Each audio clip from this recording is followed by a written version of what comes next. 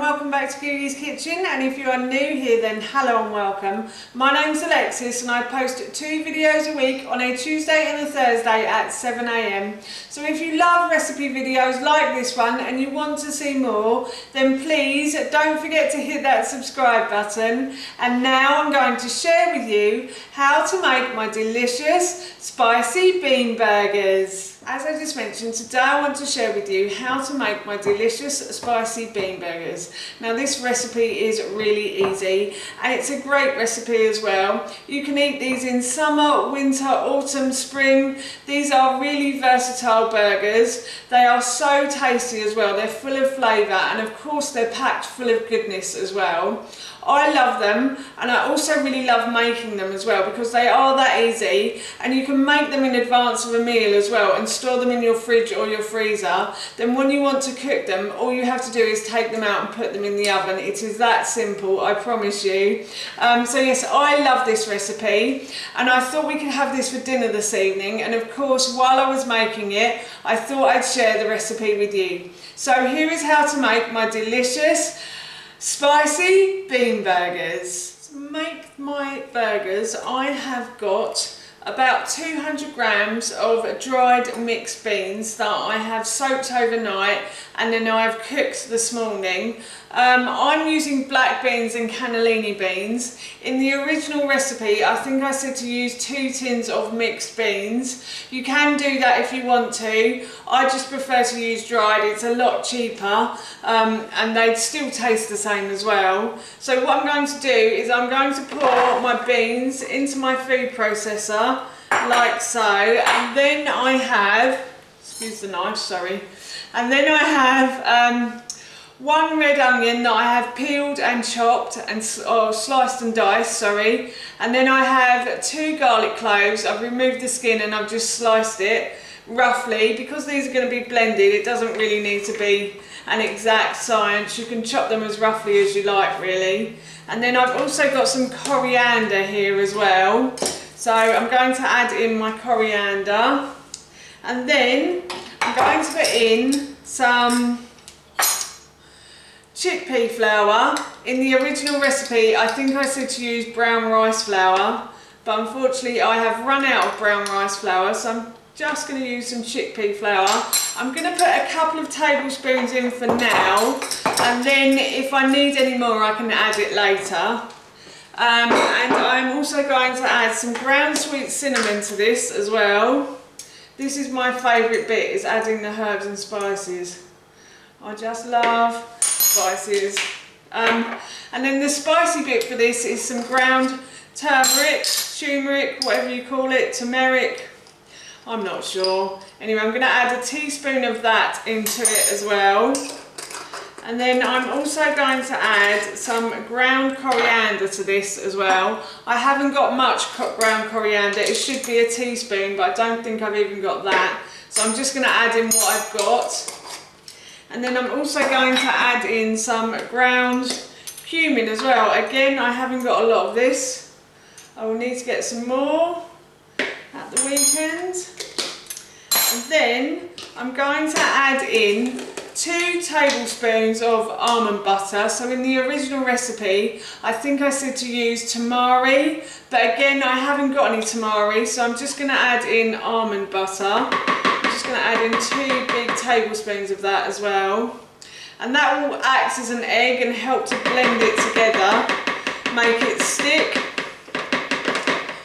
And then finally I'm going to add in 2 tablespoons of maple syrup as well, and this is just to give it a bit of extra sweetness. You don't have to add the maple syrup, it is optional, but it just gives it that nice bit of sweetness. And now I'm going to blend all of these ingredients together. The mixture is a little bit wet, so I'm just going to add a couple more tablespoons of chickpea flour to the mix, and then I'm also going to add some salt and pepper, which I forgot to do earlier, as I always do in these videos. I'm just going to add a pinch or 2 of salt, and and then a little bit of pepper as well. Not too much. We like spice, but we don't like it that spicy. That's enough. And now what I'm going to do is I'm going to blend this again.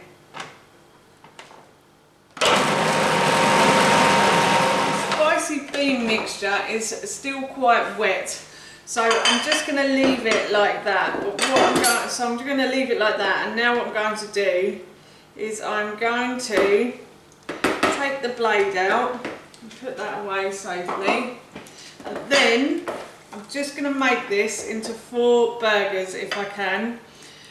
Once these go in the oven, they should be fine. They will go a bit more solid, but they may just be a bit like sloppy joes. I haven't made this recipe for such a long time, so I didn't realise how wet it would be. I also think that maybe with tinned beans, the beans might be a bit drier.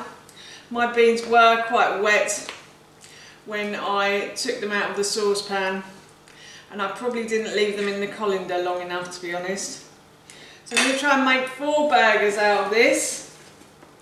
1, 2, 3. And then once I've made the burgers, I'm going to put these burgers into the fridge, and then I will put the oven on in a few hours' time when it's time for dinner. So that, my friends, is my 4 burgers done, and I'm off to put these in the fridge now. It's nearly dinner time, so I'm just going to preheat my oven to 200 degrees. My oven has preheated, my chips are in the bottom there, and I've put my burgers into the baking tray. They held their shape a bit better when I put them in the fridge, so putting them in the fridge I think is a good idea. And now I'm going to put these into the oven for about 25 to 30 minutes. So my burgers are a lovely golden brown colour, so I'm going to take these out of the oven now and leave them to cool for a little while. My chips aren't that well done at the moment, so I'm going to move those up and continue to cook those. Firstly, I'd like to apologise, as winter is on its way and the days are getting shorter. I've had to turn the lights on, but I've finished plating up my burger. So I've got my burger and I've got some sweet potato fries and some salad, and my husband and son are having ordinary white potato with theirs, and they've got a bit of cheese on their burger as well. So this burger is really versatile. You could add cheese, or if you wanted to keep it vegan, you could add cashew nut cream cheese as well. But that's how you make my delicious spicy bean burger, and that recipe I will link in the description box below for you. I am so hungry and this smells so good, so I'm off to eat this now. So that's it from me. Thank you so much for watching. Please feel free to give me a big thumbs up if you enjoyed this video, and please feel free to leave any comments below. And please don't forget to hit that subscribe button. See you all soon. Bye!